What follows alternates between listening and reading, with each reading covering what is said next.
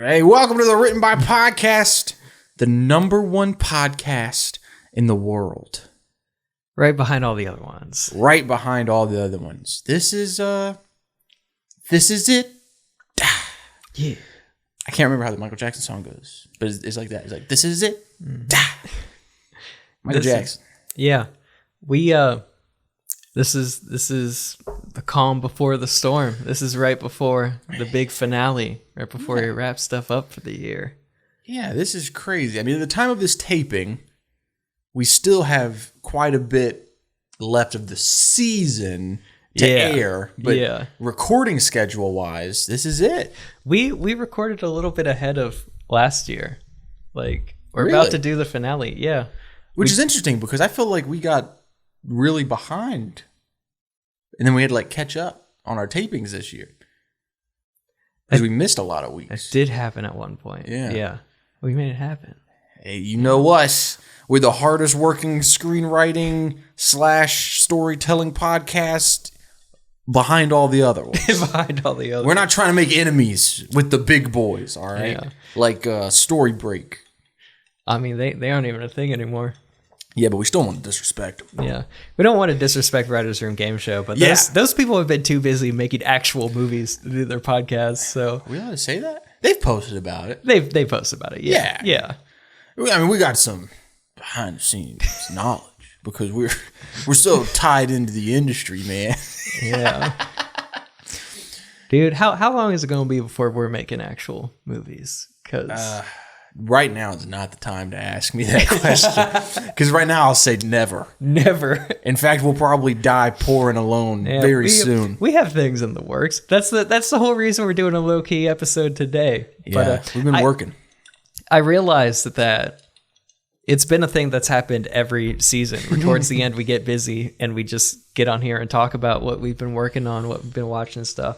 Yeah. So I feel like at this point, it's now an annual thing that we have one episode toward the end of the year where we just talk. This is what we got going on. Yeah.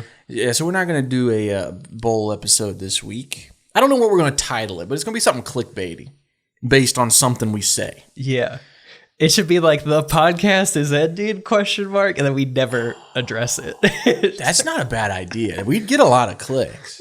Then people would get angry at us. Because we just hit our like in season boost. Oh yeah. Usually we kind of we lose a handful of listeners towards the end of the season, and then right at the end we usually bring in one of our friends like Shama or PD or someone, and we get a little bit of a ratings boost just to get us through the end of the season.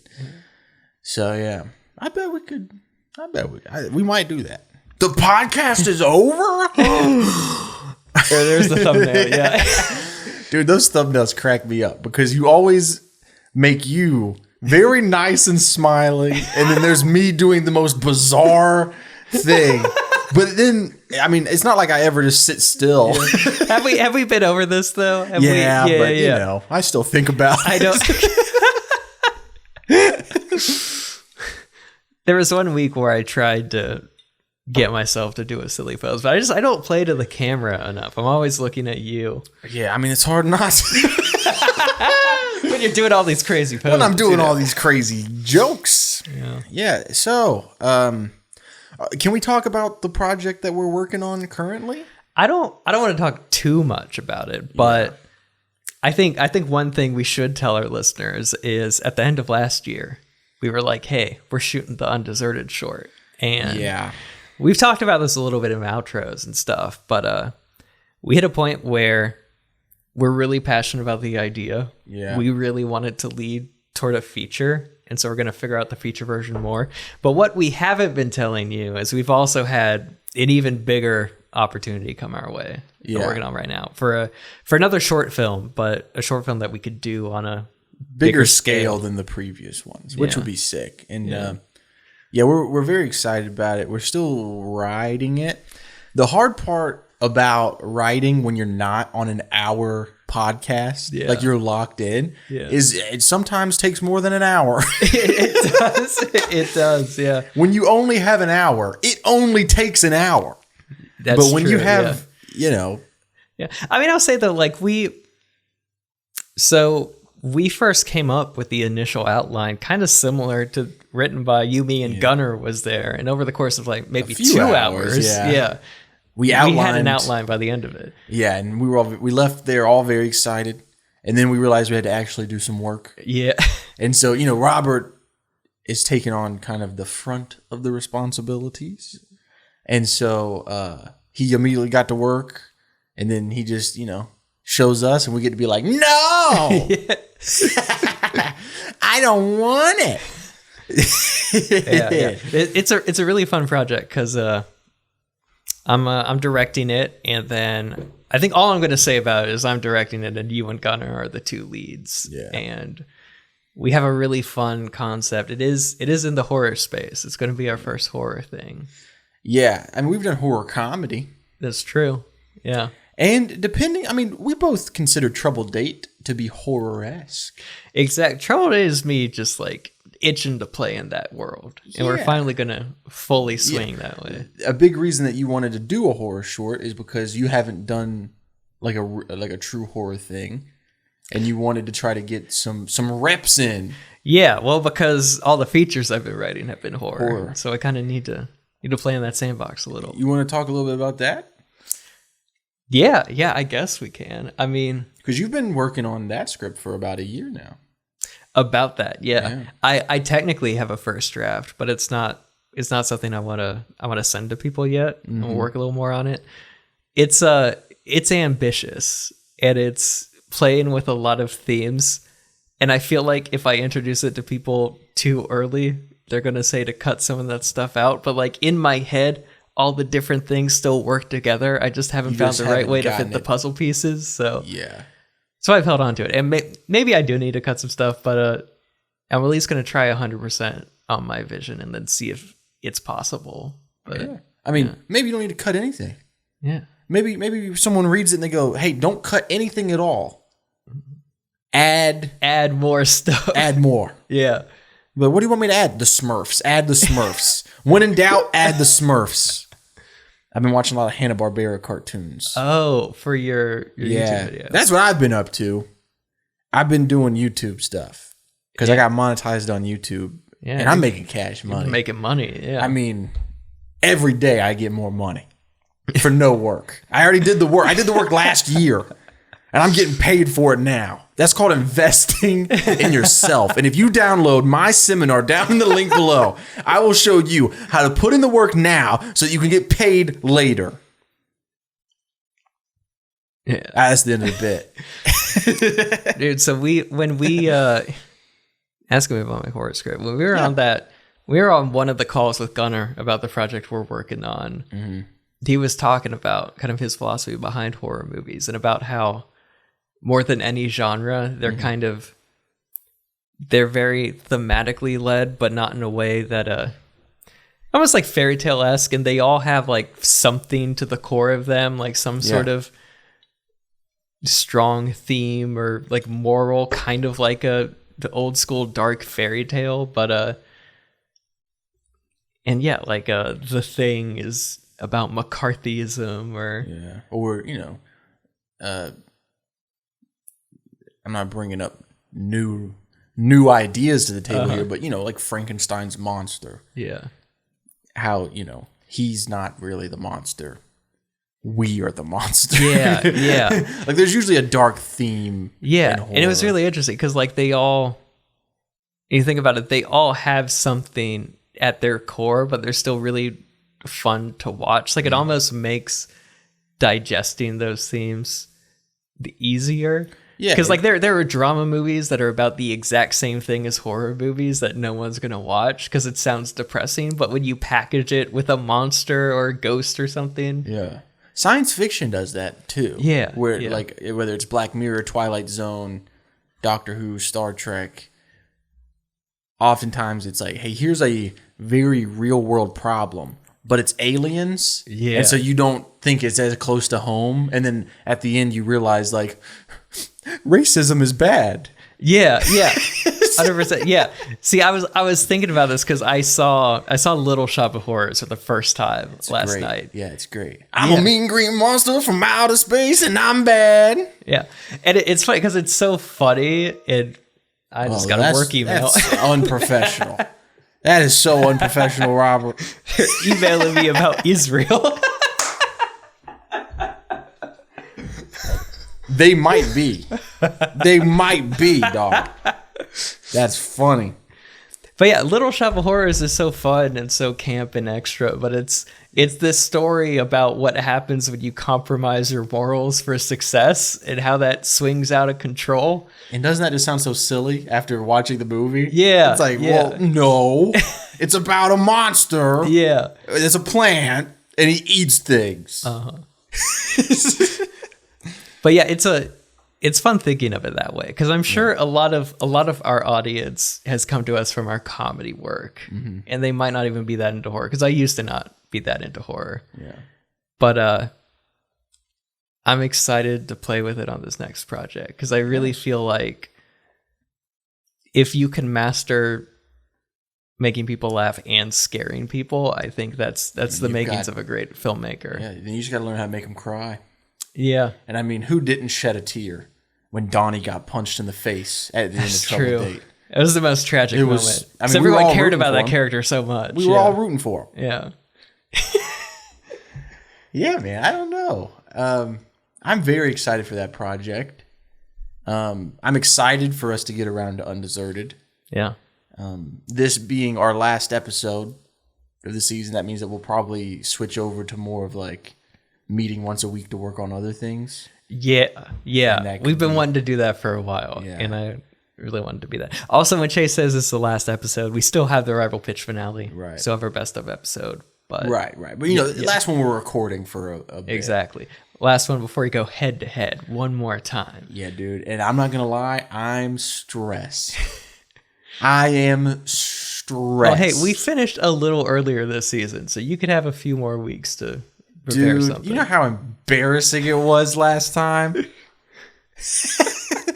To think that I did okay and then watch the greatest SpongeBob trailer of all time. Well, okay, you want to know the real reason? You want to know the real reason, guys? I had just broken up with my girlfriend the week before that, so like that's all I was doing that week. Yeah. Just to distract myself. And I mean, Robert went in there with the pain of a recently single person. Exactly. And then I just walked in. Let's see, when did we shoot that? What month last year? It would have been November. Yeah. Just bought an engagement ring. That's right. Yeah. I didn't stand a chance. There was no pain. Yeah. you should get Elizabeth to divorce you just for a week, just so you can have some pain to go in with. Yeah. I opened my pitch with we're separated. Yeah. And then you were like, it's gonna be like an anime. It's like, oh no. That's very funny. Well, the stakes are if you win rival pitches, she'll get back together with you. It's for all the marbles. Man. But yeah, I don't know what I'm gonna do for my pitch yet. I know I have some pitches I like, but my favorite pitch I've actually been looking into maybe writing for real. Right. Well, that's immediately what I thought of when I was like, what is Robert gonna do? And I was like, maybe he won't do it though, because he's actually been working on it. Yeah, I don't know. See, I already have a teaser trailer for it. You've seen it, but maybe you should use it. And then that could be your way to kind of show it off. I might not though. I don't want to present something that's half baked if I really want to do it. I might try to do just the funniest thing. Yeah. I'll give you a heads up. I don't think it's my best pitch, but I have thought about the Tonka Truck movie. The Tonka Truck movie is fun. It's just a good idea all around. Yeah. I mean, who wouldn't want to go see that? You cast Tom Cruise in it, people will go. Yeah.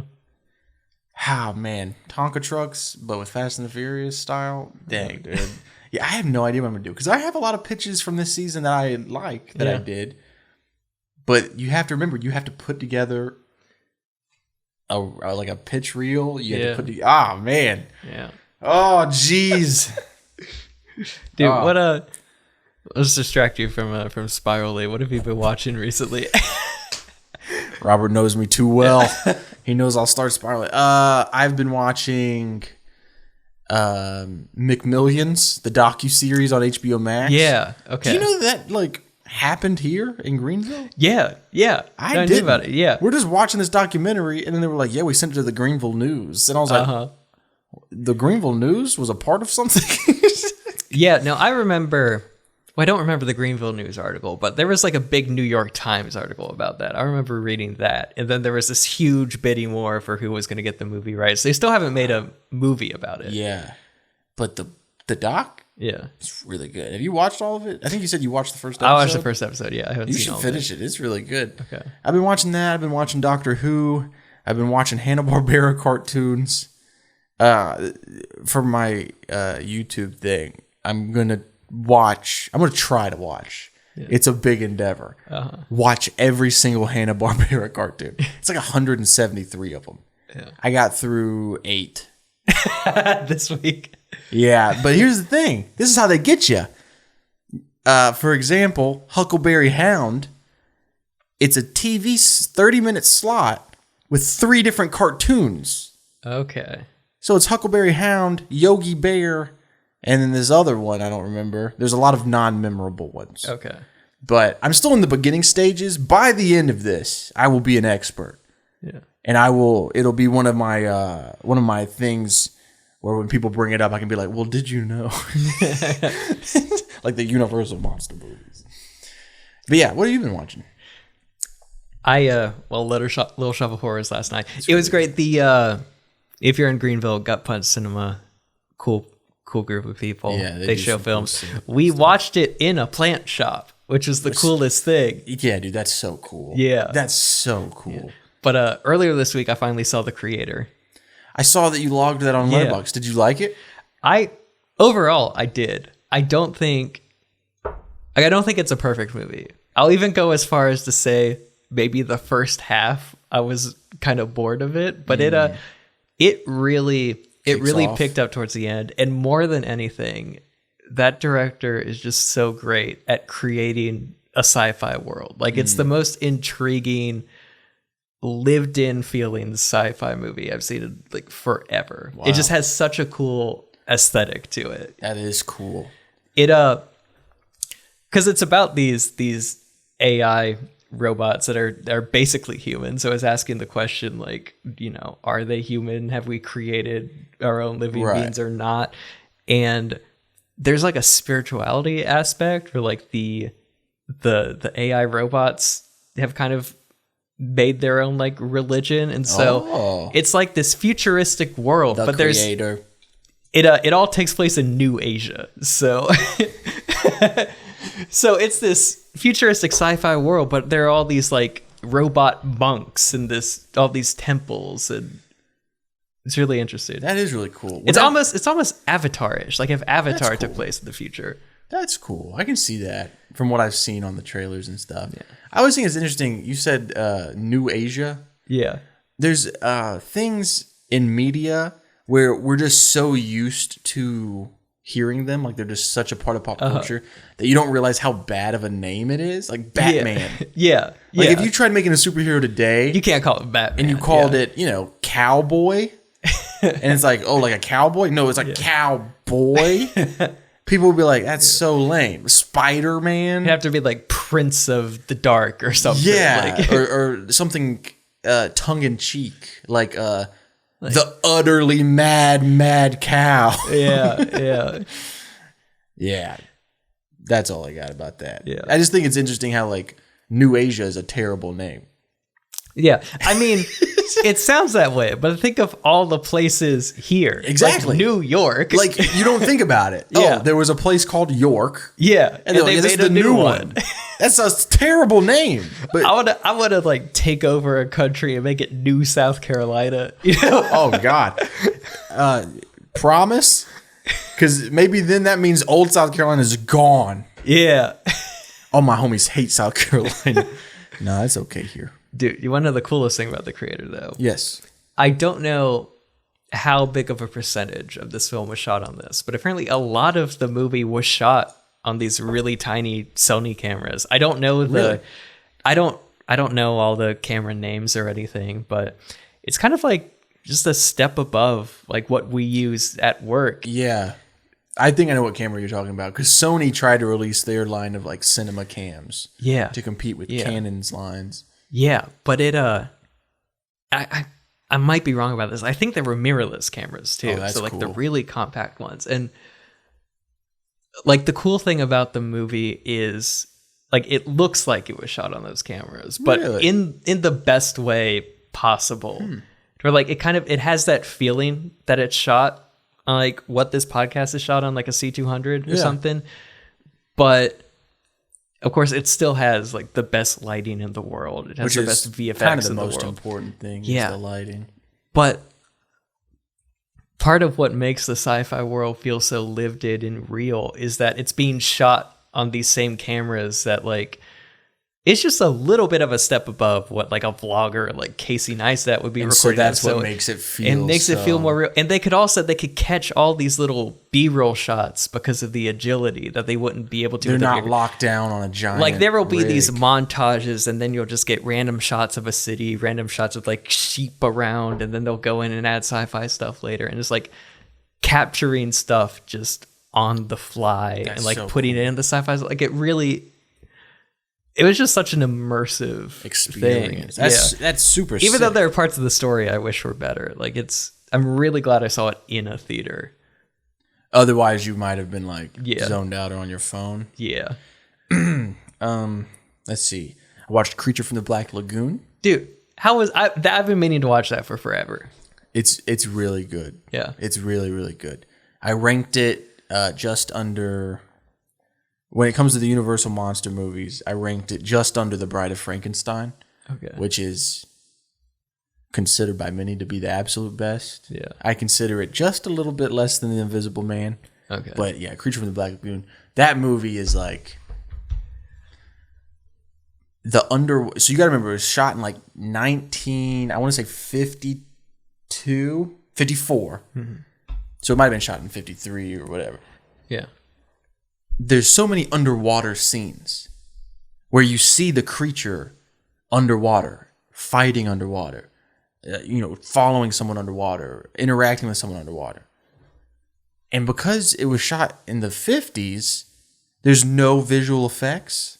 So they literally just had a stunt guy in this rubber suit underwater. And he could hold if he was doing action, he could hold his breath for up to 2 minutes at a time. And if he was just sitting underwater, he could do it for 4 minutes at a time. And you're watching these underwater scenes, and it's just like incredible.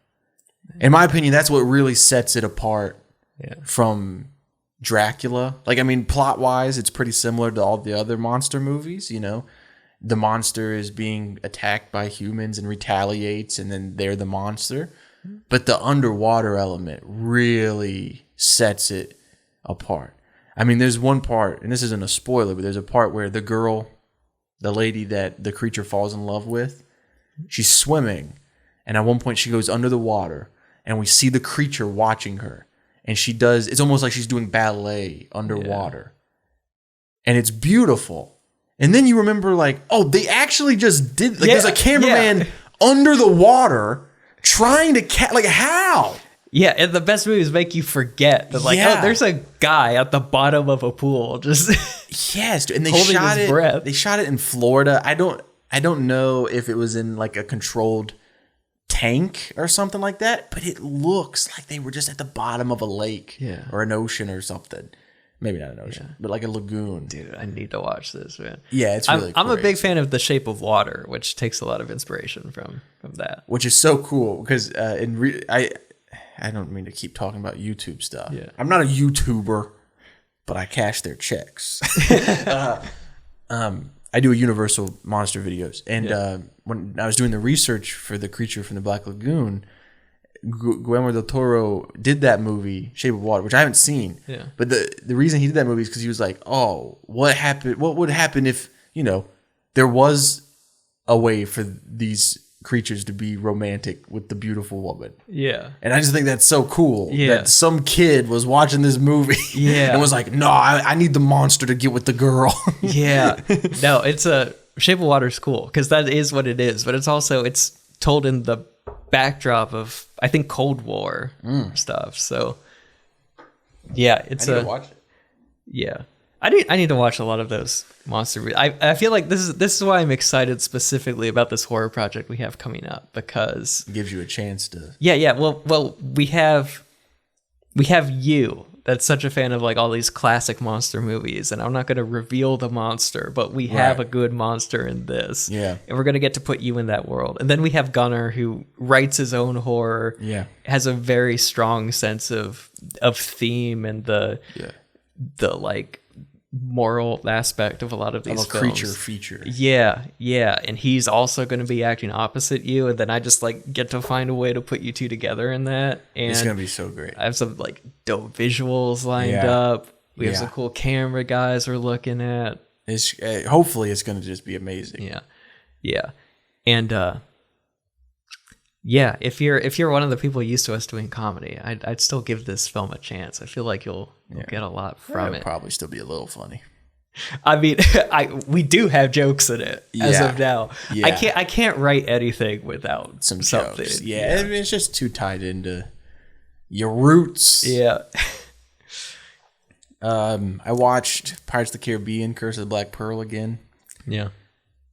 In my opinion, do you like those movies? The first three, at least. Have you watched? I do. I have not seen. I think I've only seen the first two. I haven't seen the last two. There's the last three. Last three. What's it? They did another one not too long ago, remember? And it did not do well. Oh, I don't think I saw that one either. I think I've only seen the first two. I really like the set pieces of the second one. Like when there's that whole battle on the spinning wheel. That's cool. Dude, it's so sick. Also, man, the Davy Jones VFX have not been topped. Dude, and I think it's, and I'm sure there's smarter people than I that have talked about this in depth. I think it's because they found a style and they just stuck to it. Yeah. It wasn't about being hyper realistic. I've seen VFX artists talk about this. Corridor talked about it at one point. I've seen some of the VFX artists behind that talk about it. It's just the perfect storm of it was at a time where you couldn't just throw VFX on anything. You had to really carefully think through every shot. Mm-hmm. So it's all like lit and planned for that. And then also it's a guy that looks mostly human, but not all the way human. And so you don't dip into the uncanny valley. A lot of the stuff like takes place kind of in the dark where they're under the ship, and that's easier for CGI lighting. And dude, that first movie, in my opinion, is a perfect movie. Yeah. And everything from storytelling to the performances to the visuals, everything. There's this video essay, I know I've sent it to you before, where it talks about, I think it's called like Pirates of the Caribbean Accidentally Genius. Uh-huh. And it just talks about how everything in that movie is perfect. Yeah. And it probably wasn't on purpose. That's everything I hear about the Jerry Bruckheimer. Yes. Man. He has a crazy reputation. Have you heard any of the BTS for Vanilla Sky? No. Because he had just come off a really big movie. I forget what. I think it was Top Gun. Did he produce Top Gun? He did, yes. Yeah. They're coming off the success of Top Gun. They're at the top of the world. We're doing another movie with Tom Cruise. He spends like the whole shoot just every night going out till the early hours of the morning, snorting a ton of coke. And then he just stumbles into set the next day. He's like, this. Yeah. And does it work out? I haven't seen that movie. It's a fine movie. It's not, my friend that's into NASCAR likes it, but it's not the type of thing where if you're not into NASCAR, you're like gung-ho about it. But the crazy thing is like Tom Cruise was on his game during that movie. Like my friend explained it to me that he is at the talent level that if he dropped out of acting, he could race professionally and probably win a lot of races. Yeah. That's cool. Yeah. That's really cool. It's like James Dean. Yeah. Not to drop some more old Hollywood knowledge on you. Yeah. James Dean, before he died, was thinking about quitting acting to pursue racing. Yeah. Your rival pitch has come out by now, so. Oh, yeah. So, yeah, you know about it. I forgot about that. I thought that was just something I did on my own time. I forgot that was for this. I just be like 3 a.m., 16 pages deep in Wikipedia on a subject that I didn't even think about before that night. Yeah. Oh, man. Yeah, but you should do yourself a favor and just watch that Pirates of the Caribbean trilogy. Okay. Because if you haven't seen the third one, Yeah. it's like, I think the first one's amazing. The others have their problems, their ups and downs. But I mean, that trilogy is kind of like exactly what a big blockbuster trilogy should be. Sure. Yeah. It's what Star Wars wishes it was. That's what I'll say. Jay's throwing smoke at Star Wars. I don't know, dude. I don't know. I don't like Star Wars. I feel it could be fine. It could be a great trilogy. Yeah. I don't know. Yeah.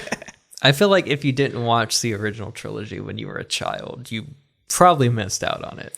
Like, I feel that way about a lot of things, because there's a lot of stuff I didn't see when I was a kid that I've seen as an adult. And some of it, like SpongeBob, hits even more as an adult. Right. But, some other stuff, like Holes is fine.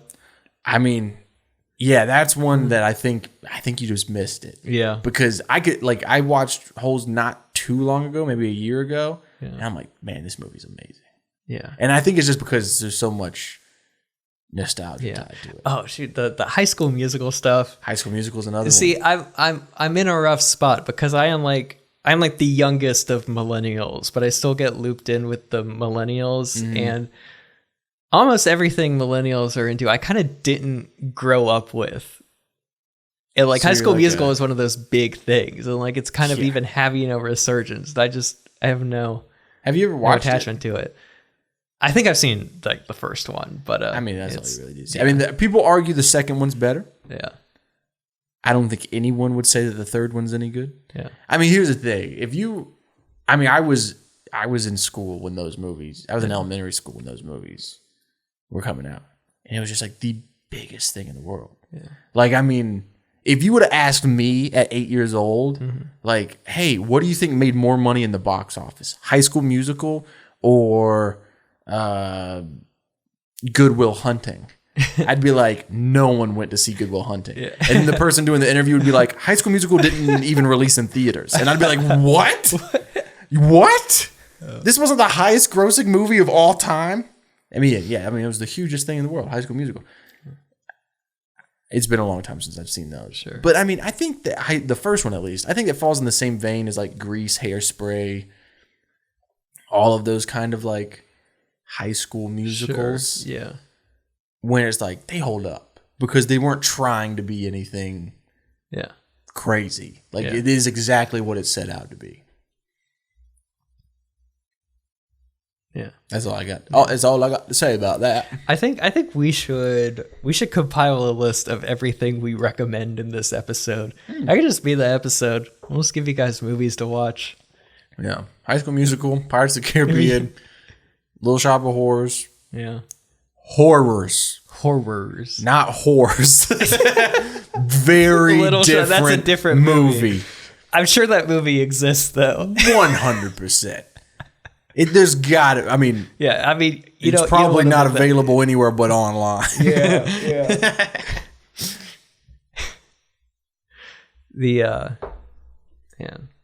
What else have I? Oh my God, have I not talked about Matt Farley on this podcast? No, I don't think I have. I don't think this so. has been my obsession recently. Yes. Everybody listening and Chase. I still got to watch it, yeah. Is to watch this movie called Don't Let the River Beast Get You. It is on YouTube for free. It is also on Tubi, as long as like half of this guy's movies. That's so funny. So this guy, his name's Matt Farley. If you know him, you probably know him from his music because he has like over 40,000 songs on Spotify. Yeah, I gotta look that up. His whole deal is he used to have a band. They worked really hard on an album. Their most popular song made like $1 in streams.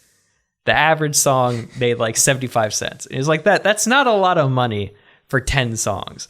But if I had 40,000 songs making 75 cents each, I'd be making a good living. And so that's what he did. And he uses all of those songs to fund little movies that he shoots just in his hometown.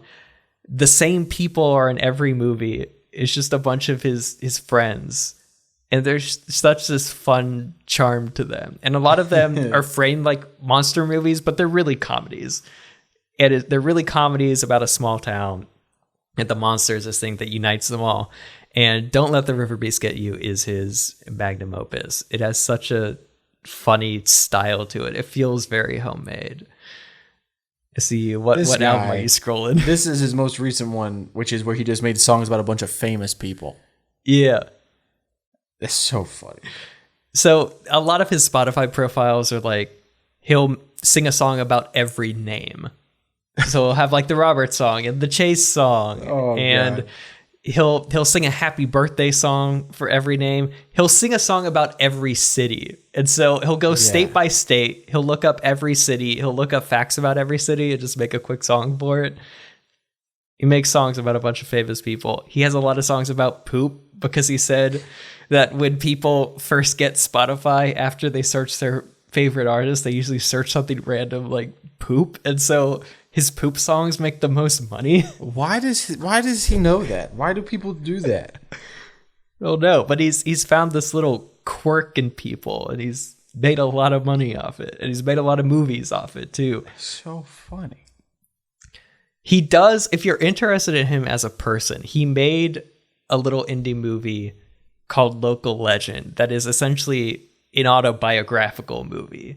So it's about him recording these songs and making these indie movies. He has a day job where he works at a nursing home. He covers all that. He also, I need to call the guy because he puts his phone number out everywhere and he'll answer, apparently. He's such an interesting person. Yeah. But I mean, yeah. I mean, you're looking at these songs and it's like, I mean, he's got so many, and often they've got like 30,000 streams. Yeah. So he must be making some good money. Yeah. I Googled it, and a few years ago, they said he was making about $65,000 a year, which isn't great, but it's not great, but it's more than I make. And he makes one of these little movies about every year now. And he says that each movie he spends about, he has this funny line in his autobiographical movie where he says each movie costs about the price of a used car, and it might sound like, why are you spending all that money on these movies? But at the end of the day, I'd rather have 10 movies than 10 used cars. It's like, yeah, that makes sense. Yeah. Does he have a YouTube channel? Is it because that's where he puts his movies up, right? So his movies, he self-distributes them, and so a lot of them are on Tubi. A few of them have gotten sold to these YouTube channels that like post really low budget movies. So that's where River Beast is at right now. And then his production company is called Moturn Media. He and a director that directs all this stuff co-own it. That's so funny. Yeah, he's just one of the most creatively inspiring people to me at the moment.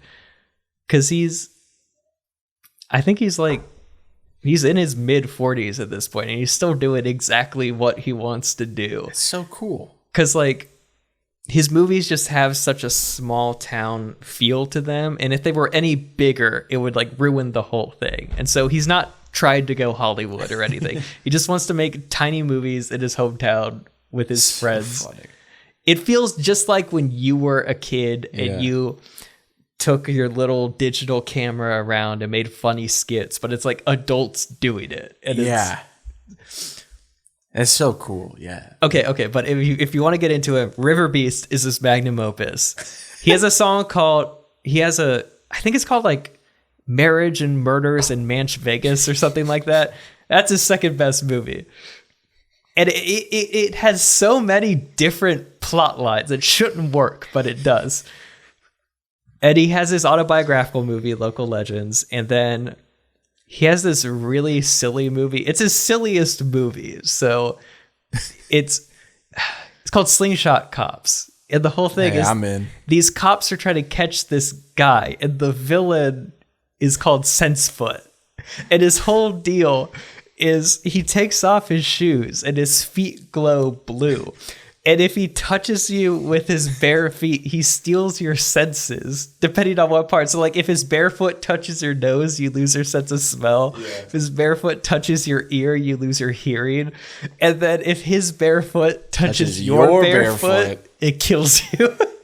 Dude, this guy's on a whole nother level. Yeah. We could probably get him on this show, right? I was thinking about this. I'm going to try to call him. If he picks up, Yeah. be like, dude, come on, written by. Gotta come on this show. It's right up your alley. No one listens. There's no money to be made. He does have a podcast too. Oh, of course he does. Yeah. What is it? I forget what it's called. I think it's just called like Moturn Media Podcast or something. Is it like the only serious thing he does? Like everything's so silly, and then this is actually like we're going to talk about war. So it's a cool look into him, but he's kind of himself in these later episodes. But I've heard that in earlier episodes, he'll kind of play his own character a little bit, where he'll kind of present himself as like he is an auteur filmmaker that nobody gets or something. Yeah, it's fun. Yeah. It's fun. Yeah. Yeah, you've been talking about this guy for months. And I still haven't watched it. Yeah. I need to. I just literally the second you stop talking about him, I forget he exists. And I think that's his charm. Yeah. Yeah. That guy, man, he's on a whole new level. Yeah.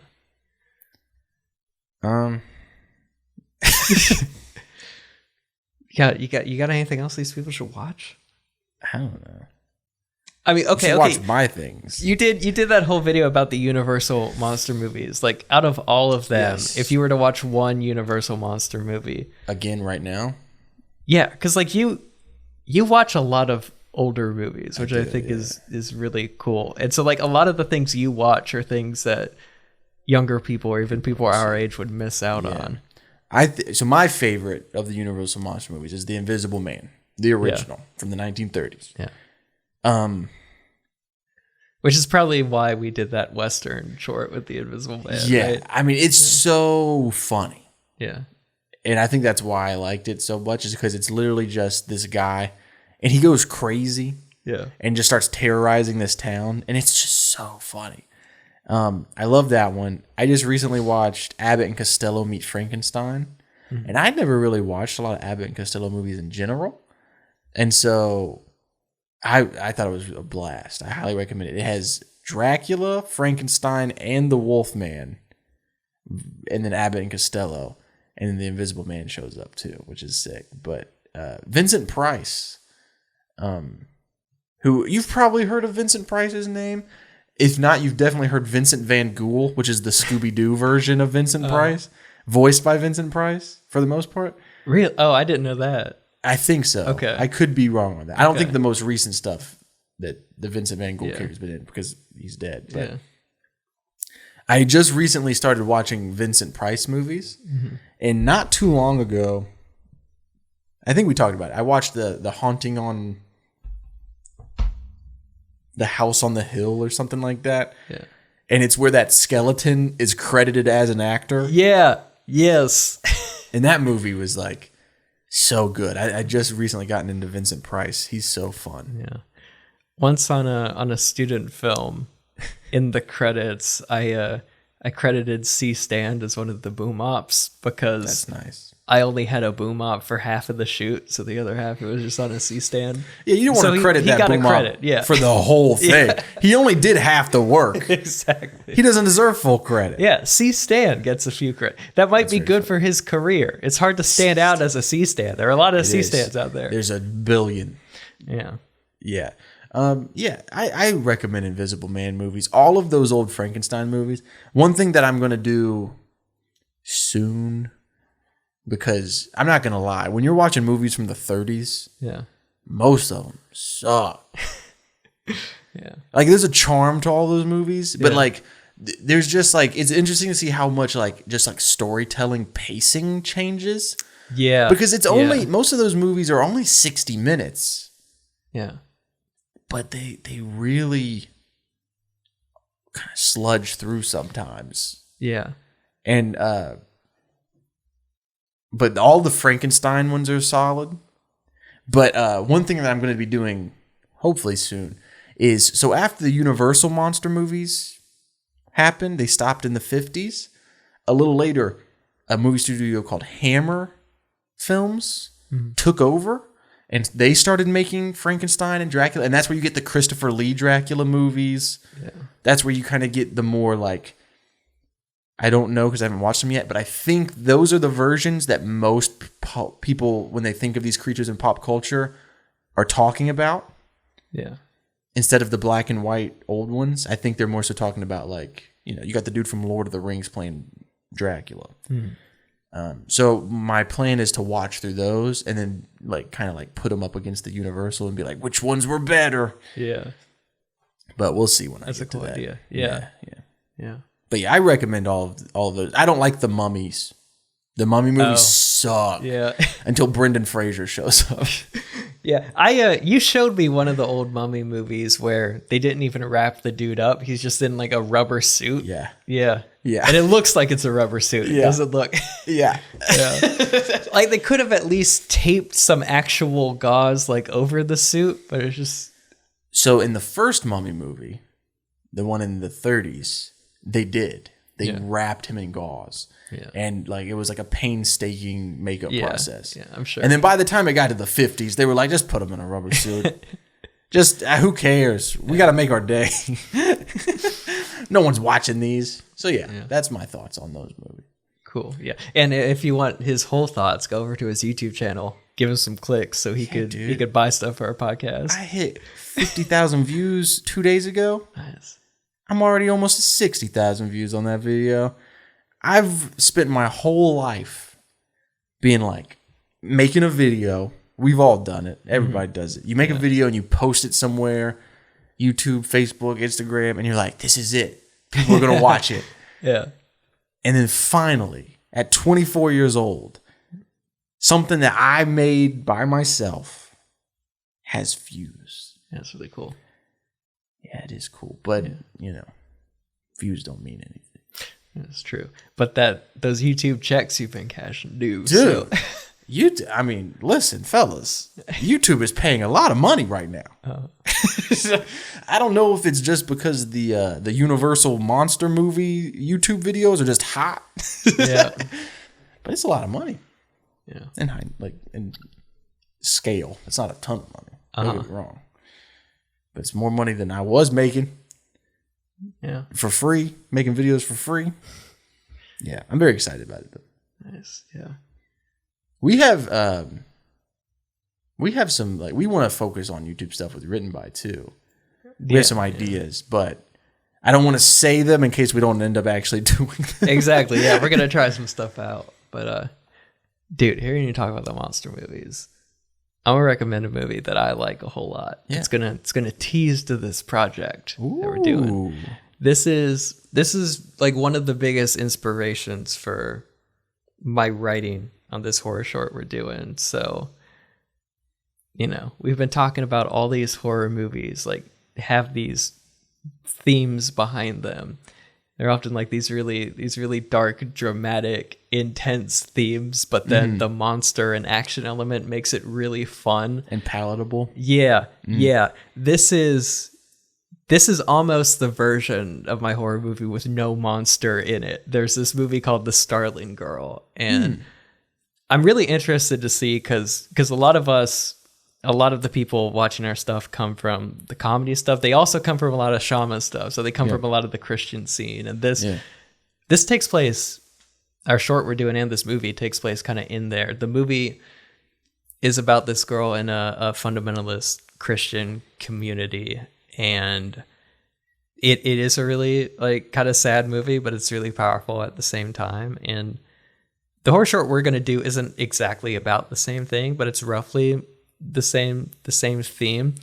But I'm interested to see because I love this movie and I think it's really great. And it's called The Starling Girl. One of the dudes from It's Always Sunny is in there, and it's cool seeing him do dramatic stuff. But yeah, it's I'm excited to see if similar to how you're talking about the Frankenstein movie is kind of about humanity creating creating monsters, also being the monster. About how the Thing, about McCarthyism and paranoia, and you wouldn't want to watch those movies without a monster. I'm curious to see if what the monster movie version of Starling Girl looks like. Yeah, and that's what we're doing. That's so sick. Yeah. Yeah, monster movies are something that I never thought that I would be into.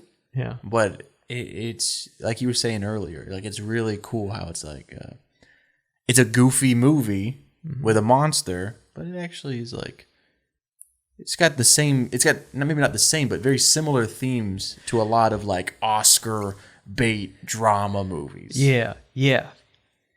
And yeah, Starling Girl. It is a hard watch. It isn't the only frame of inspiration. I'm not just doing that movie, but also like this short we're doing, it kind of thematically has a lot to do with some of the stuff we do for like Shama too. It's just in a very different way. Yeah. Because it is going to be an intense like horror watch, but it is kind of about a lot of the same things. So it comes from the same place. Yeah. Yeah. The place that we're in when we do those kind of things. But yeah, maybe not when we won't speak for Shama. Exactly. Not the place that he comes from, maybe when he makes the thing, but where we come from. Yeah, how we find an in into his world. But yeah, that's my pitch for our audience to watch that film whenever it comes out. Plus, we're in it. Yeah. So you better support it. Yeah. But yeah, no, that's awesome. Yeah. Starling Girl is great. How long have we been talking? Let's see. 50 minutes. Oh, nice. Yeah. Because when I was rambling for a little bit about those movies, I was like, that was either 5 minutes or 45 minutes. Yeah. Yeah. See, I know I could go on about Matt Farley for an entire podcast. Dude, and I might follow in your footsteps and make a YouTube video about it. You should. I've watched over half of his movies. I need to watch the rest of them. You should do. Dude, this is what I've been watching today. It's not a movie or a show, but it's one of those YouTube video essays. It's 4 hours long, and it's about Lost, the show Lost. One of my favorite YouTubers, his name is Billiam, and for like the past few years, he's been doing these giant video essays, hours and hours long, about the whole show Lost. So he did one about the first season, one about the second and third season, and now he's doing one about the fourth and fifth season, and then he's got one coming out later this month about the last season. And it's just like total, like 12 hours. Yeah. And he's just going super in depth on the show Lost. I like video essays if they're well done, but usually if I see something that long, I'm not watching it. The last time I tried to watch a long video essay, it was about Bo Burnham's Inside. Oh. And it was like 2 hours long, and it started off really cool. And I was working while I did it. And at some point, I look up from my editing and realize we're an hour and a half into this video essay about Inside. And he's talking about like us implanting computer chips into our brain and how that's going to change fundamentally what humanity is. I'm like, wait, hold on. How did we get here? Yeah. Yeah. I thought you were going to say it was one of the Victorious or iCarly 6 hour video essays. So funny. Because I love those. I, again, didn't grow up on those. So Yeah, I mean, I think you would still really like the Victorious one because it kind of comes from a place of like, who let these freaks make kids TV? I think you would really like it. Yeah, because it definitely it feels like a very like you personality because you're like, not you, particular. I always struggle with that word. It just comes from a place of like, yo. What in the world are you letting children? Dude, yeah. I've heard crazy stuff about some of the old Nickelodeon shows, which again, I didn't watch any of them. But, yeah. I grew up on them. Yeah. Hell yeah. Yeah. Yeah. You guys have a lot of movies you need to watch. And YouTube video essays. Yeah. See, I'm probably not going to get to the Matt Farley video because I have a lot of stuff I need to watch in preparation for this film. Like I got a bunch of new recommendations earlier this week. Yeah. I need to watch a lot of the big one was Signs by M. Night Shyamalan. Yeah. Still haven't seen Signs, which it's a good movie. Yeah. I will say it's not my favorite M. Night movie.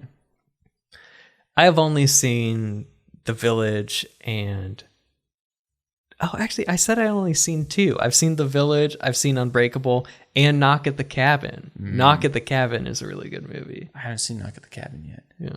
Now that I'm thinking about it, I don't know how many M. Night movies I've seen. Yeah. Sixth Sense, Signs, and that might be it. Yeah. I will say there's a really good Sixth Sense like rip-off movie called The Others. Oh, I know about this movie. Have you seen it? Again, I haven't seen it, but I've had the end spoiled for me. So Dang, son. I know, yeah. I really like that. Well, I haven't seen that since my film criticism class in high school. Yeah. And I don't know if it actually holds up, but I liked it in high school. Yeah. It's good. Yeah, that sucks about those plot twist movies. Is if you get the twist spoiled for you, sometimes they're not always that fun to watch. Yeah, yeah. But Gunnar was saying that it's still a great movie, even if you know the twist. Whereas again, like some of those movies, like they are great, but as soon as you know the twist, it's like, well, that was the main magic trick of it. My favorite movie ever has a big plot twist, The Prestige. Yeah, and that's true. Every time I watch that movie, I go into it being like, I know the twist, so I'm going to keep my eye out and try to see all the cool things along the way that show you that you could have guessed it. I always get too invested about 15 minutes in, totally forget about the twist. And then when the twist happens, I go, oh, I forgot to be looking. I forgot to be looking for the things, the clues. Dude, here's a question I really like asking people. What movie character do you think has the personality most similar to you? That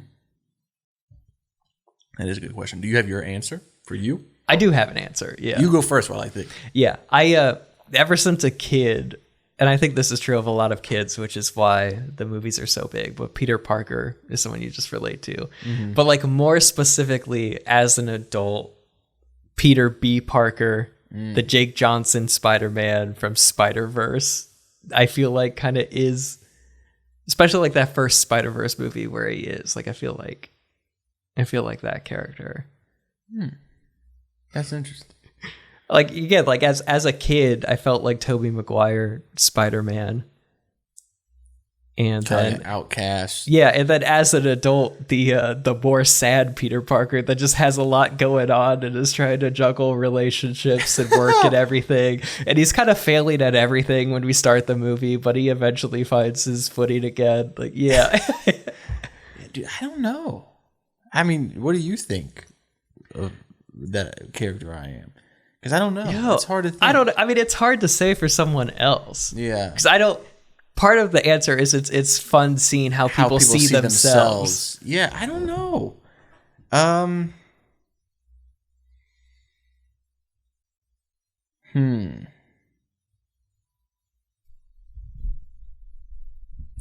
can't remember any movie I've ever seen. That'll happen. I'm gonna say just off the top of my head, I don't know. I'm gonna say Rick Dalton from Once Upon a Time in Hollywood. Okay. Okay. Not because I'm a has-been, because I haven't even been yet. Yeah. But I mean, he just goes with that movie trying to be a big star. Yeah. And he just kind of has that internal struggle of like, I mean, just that scene when he's in his trailer and just throwing a fit. Oh, yeah. Because he couldn't get the line right. And then the scene when he's with the little girl for the TV show and you know, he does a really good job and the director gives him the praise and he just is on top of the moon. But it only lasts until the next thing. Yeah. And then he's like, oh, I'm not a good actor. But I am. And then, no, I'm not. And I go through the similar highs and lows of like, thinking I'm the king of the world and just hating myself. That does make sense. Yeah. I've witnessed this. Yeah. I mean, I sometimes it'll be seconds. Yeah. I'm like, I'm the best, but you know, you could probably kill me. Somewhat sure. That's interesting. That's interesting. I wonder if in your career you'll have a set experience similar to when he and that girl are in the kid are in that scene together. Yeah. And she's like, that was the best acting I've ever seen. Yeah, no, I mean, you recently helped me shoot an audition thing. And I felt like Rick Dalton in the trailer when he was like, just screaming at himself. Yeah. That's how I felt internally. Dude, can we talk about that audition? Yeah, of course. Yeah, we can talk about it. Because you sent out a bunch of stuff to some agencies and you got some responses. And one of the agencies wanted to see you do a commercial audition. And so you shot a Pizza Hut audition. Do you remember the script? Because by the end of taping, we both knew it. Guys. It was a struggle. No, literally, by the end, I was watching Robert mouth the words while I was trying to. It was pesto. Was there pesto with the crust? Sweet basil. Sweet basil. There's parsley. Sweet basil, parsley, and garlic. And something sprinkled on the crust. And then Romano cheese sprinkled all around the crust. And when you're just trying to fire... First of all, I've never even heard of those ingredients. Yeah. Garlic, I was like, I know that one. Mm-hmm. And you're trying to fire those off? Dude, I don't even know how to say parsley right. It was rough. Yeah. Needless to say, I didn't hear back. Commercial stuff is a lot harder than people think it is. Yeah. And people wonder why those actors get paid so much. But partly it's because putting your face behind a brand is a super big deal, because you're kind of being the face of whatever this company does in perpetuity, as long as they want you to be the face. And that could have consequences. Like, I've been trying to do this sketch for forever. I just need to come up with an ending. But actors run into this with stock photos all the time. Well, they'll make a quick buck posing for a bunch of stock photos, and then you think about this. Because I once, when I was a kid, I saw a billboard that was like, child predators are on the loose, call this number. And there's a dude's face, like mean mugging the camera. And just imagine, like, as an actor doing stock photos, he probably did 500 photos.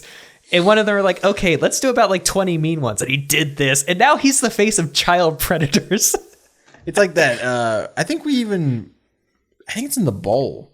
The face of unemployment. Oh, yeah, because during the pandemic, the New York Times or something read an article about unemployment, and it's just one guy's face. And it wasn't even like a stock photo. It's like they just pulled some dude from online. And he's the face of unemployment. That's so funny. But yeah, that's why actors make a lot of money. And also because there's a lot of money being put in those commercial shoots. And it's because it has to be right. Like, they'll put a lot of money on the front end because whatever is gotten on that day, like, has to be perfect. Like, slipping up even the tiniest bit isn't an option. That's why commercial directing is such a hard thing to get into, because they have to know that you're perfect.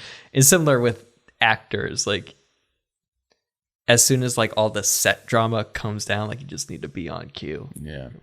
Or just say the exact thing over and over again and make it still sound human and natural. It's like such a tough skill to get a hold nail of. Down. Yeah. That's really funny though. Yeah, dude, I was so upset. Yeah, I remember thinking that when I was like 11 or something, when I saw this. Like, that's a dude's face. And that dude, he's not a predator. But like a lot of people are gonna think now. He could be. We don't know. Yeah. You see, not to talk bad about any famous people. Have you been seeing that tweet going around? It's like A-list actors, George Clooney, so and so. They reached out to SAG and was like, "Hey, we will give you X amount of money to try to help get this strike over." Yeah. And in all of the tweets, it's like A-list actors. And they start off with George Clooney, and then I can't remember the other two. And then at the end, it's always Tyler Perry. Yeah. And I'm like, that's a bit of a stretch. Dude, you didn't even care. We have some ties to Tyler Perry. I know. That's why I was like, I need to say it. We have some personal ties with Tyler Perry. And also, Tyler Perry is like the main source of work in the Southeast. Everybody be working at his studios. Listen, man, I don't know. A-list, I think he would tell you that's pushing it. Well, I saw somebody respond to that tweet.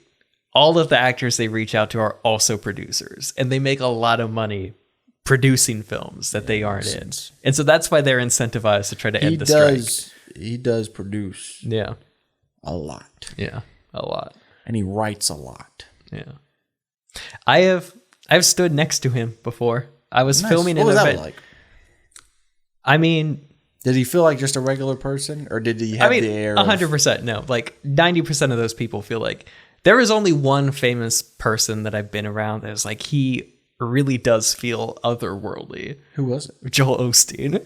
Oh, that makes sense. Joel Osteen does not feel like a real person. He's the only person that he looks exactly like what he looks like on TV in real life. Like, he feels like the TV personality. Most people, you're used to seeing them on TV and then you see them in real life, and you have the revelation that they're like just a guy. Person. Like Tyler Perry. Like even like people have to do a certain camera face, but they have just the air of a normal person. Like his camera face is his forever face. Right. Joe Osteen is. Like Tyler Perry, how tall is he? You were near him. He is pretty tall. Again, like He's taller than me. I had to film something on a stage, and he was on the front seat, so like I was never facing him. But because that's the thing I've come across. Like I meet like a famous person, and I'm like, I'm taller than them. That's yeah. And I don't know what that has to do with anything in life. But like evolutionary, I'm above them. Yeah. Tom Cruise, you'd be my waist. Yeah. Yeah, you're gonna come across someone taller than you though. I have before, and it makes me uncomfortable. Like in just real life, like just a dude. The guy that played the vampire in Sing with Fangs, JP. Oh yeah, he's a lot taller than me. Yeah, 2 whole inches. I don't like it. Yeah, I don't know. Being tall isn't important, but it feels nice. Yeah, I'm sure. That's one of those things where it's like, I mean, there is too tall. Yeah. It back problems, planes are miserable. Yeah. But I would much rather be 6'4" than 5'4". That's true. Yeah. I like the height I'm at. I will say, like, I've never felt a way about my height, but I started to realize people on the internet were clowning people because I'm 5'9", and 5'9" is notoriously the height that shorter people lie about being when they're trying to seem taller. Like, we have a friend that said he was 5'9" for the longest time. And I was like, no, you're not, because I am, and you're shorter than me. Who's the friend? Shama. Okay, I thought so. I just wanted you to say it. Yeah. Yeah. I wasn't going to out my boy like that. But yeah, Shama said he was 5'9" for the longest time. And then he posts on the internet, I just found out I wasn't 5'9". It's like, I could have told you that. Yeah, that's really funny. Yeah. You should just say you're 5'10". Okay. Yeah. Because you wear boots a lot. So you probably are 5'10" walking around. Maybe. I don't feel like the boots add a lot. I have these running shoes that definitely add a lot, but because you wear Doc Martens like, a lot. I'm not wearing my Docs right now. I don't feel shorter, but yeah. Which also you don't come across as a short guy. Yeah, I have friends that they come across as a short guy. There's an energy. There is. Like every once in a while, you meet a short person that doesn't have short person energy. You're it's like, whoa, that's what you need. Yeah. Oh, look at this guy. Yeah. You just like, look, if you're listening and you're short, just don't worry about it. If you don't try to compensate for it, it stops being a problem. That's when it becomes a problem. Yeah. That's when it becomes a problem. Yeah. Got any other movies? Dude, I don't know. I think it's about time to wrap up. There's a great movie called I Like Movies that everyone should watch. It's a Canadian movie. It's really dramatic and really funny, and the lead actor in it is incredible. Like the 17-year-old kid. Yeah, you were telling me about it. It sounds really good. That guy's going to be a star. He's one of those people. He's at the top of my list of people I want to work with, and he's young enough that I think I'll get to work with him. Heck yeah. Yeah. Heck yeah, dude. And dude, the what sealed the deal though is he's the coolest kid. He's playing like this self-obsessed movie nerd, like the worst version of a Letterboxd kid, and it's about him kind of getting humbled throughout the course of the movie. I Like Movies. Great movie. But he gives this great, just funny, super dramatic performance. I've heard him in interviews. His like acting idols are Philip Seymour Hoffman and Danny DeVito, which for like a 17-year-old, like you were on the right track with those two. But then what sealed the deal of like why I need to work with him is he makes music and he has a hyperpop album. And you're like, oh yeah. It's the funniest stuff. His most popular song is a song called Danny DeVito, and it's a banger. Really yeah. Heck yeah, dude. Yeah. Last movie to close this out. I watched Sleepy Hollow again the other night. Dude. It's such a great movie. Yeah. You haven't seen it, right? Or it was I still a long need to see it. time ago. I am going to watch it, and I'm going to watch it this month. Yes. Yeah. You need to. The vibes are just immaculate. Yeah. That's one of those that you could watch on Halloween night. Yeah. I might do that. So sick. Yeah. We're going to be working Halloween night. Yeah. I mean, only for a little. Night's going to be young when we're done. No, we're going to be there all night. Till 3 a.m. Oh, really? Yeah. Oh. You didn't get that memo? I wasn't given that memo. But we all get to go home. You have to stay till 3 a.m. Oh, Well, what am I going to film if everyone else is home? Yourself. They're going to be like, we don't have enough you in these videos. They want me to film like Blair Witch style, just myself. Running around the building. I don't know how to get out. I've been here for hours. Hey, thank you guys for watching this episode, listening to this episode. Yeah, guys. Our email is writtenbypodcast@gmail.com. Follow us at writtenbypod everywhere. Dude, be following our personal Instagrams too. As we're on this hiatus, we'll still be posting cool stuff. And if everything goes as planned, hopefully we'll be having some stuff coming out pretty consistently on the Written By YouTube and Instagram and everything. Yeah, we aren't gonna leave you high and dry. At minimum, we'll probably have like a thing a month. But yeah, guys, rival pitch finale next week. Whoa! You're gonna want to watch this one. You can listen, but there is a visual element to it. If you haven't seen our one from last year, it was a ton of fun on YouTube. And it's only gonna be bigger this year. So, yeah. Hey, this has been a great ride. Thank you for being a part of it. Yeah, we'll see you next week.